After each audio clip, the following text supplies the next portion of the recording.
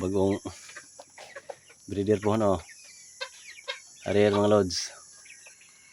Buwag na sila mga lods oh. Kalimutog lang na nika buwan ni mga lods.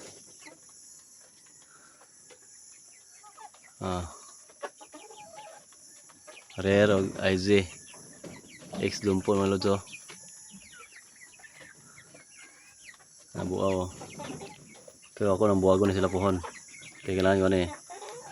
Pure rare atong i-breed ang isa ng mga lods. Kaning unom ka IZ X dumpo. Atong ilain na. Kaya para pa-upgrade sa mga native na ito mga lods. Kinang IZ. Para buaw og mga kuan ba. Dili tagansi magbahog. Kaya dagko buaw. Yung lods oh. Atong mga rare. Mamali ka na pagkapili mga lods. Marag upat ka ba ini mga lods. Pag upat ka laki. Ang rare. Yung usa. Duha ang pasong palang lods oh. Tulo. Tigo pa to ah. Dapat na ni duha ka badzira nito lods. O out. Duha ka laki o unom ka ba eh. Mali ko pagkapalit mga lods oh. Pero okay ra. At least natin ma-breed pohon.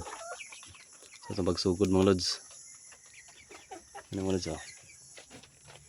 Itong mga breeder to ang layer chicken pa daw. Ang itlog mga lods buaw. Naghan buaw. Ano mga lods. Itong breeder nga layer chicken oh. Sa gustong order diha. Og fertile eggs natin daghan dire. Pwede niyo panumluman sa inyong mga native nga manok. O bisaya manok mga lods.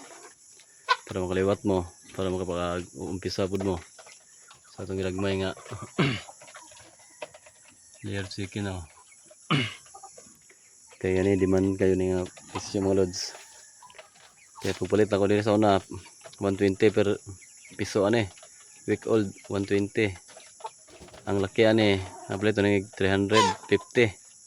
Kay 3 months na ni. 350 kung palit dire. Ikan sa Garza Hernandez na kang sa bedo to. Si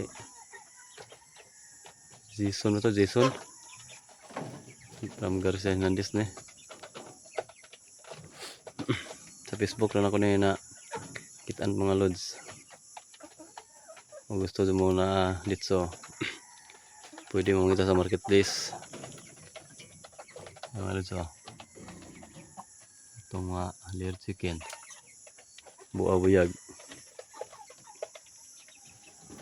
Itong mga rare po daw buaw. Baguhan sila pagkaan mga lods. Kaya ito na nag-integra to 50. Kaya paniagyan ni 200 o 2,000 man. Karon 2,500 na. Nabaguhan sila oh. Yung lods buaw nakaso mga lods oh.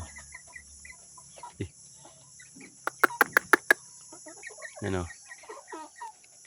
Hadlo ko ng mga lods kay daghan ng mga hubag-hubag sa naong lods. Bago pang kapot dire. Ayo kay gitambalan ako kuan. Karadlaw na ko butang og Primoxil mga lods. Pero sa Ginoo nangawa ang mga hubag-hubag silang namong. Na isa dyan na di nakita kay na bulit na kuan. Pero sa Ginoo naulian mga lods og karon pero himsog na sila mga lods oh. Makita mo nimo ang lang mga dagway nga himsog ng walay sakit mga lods oh.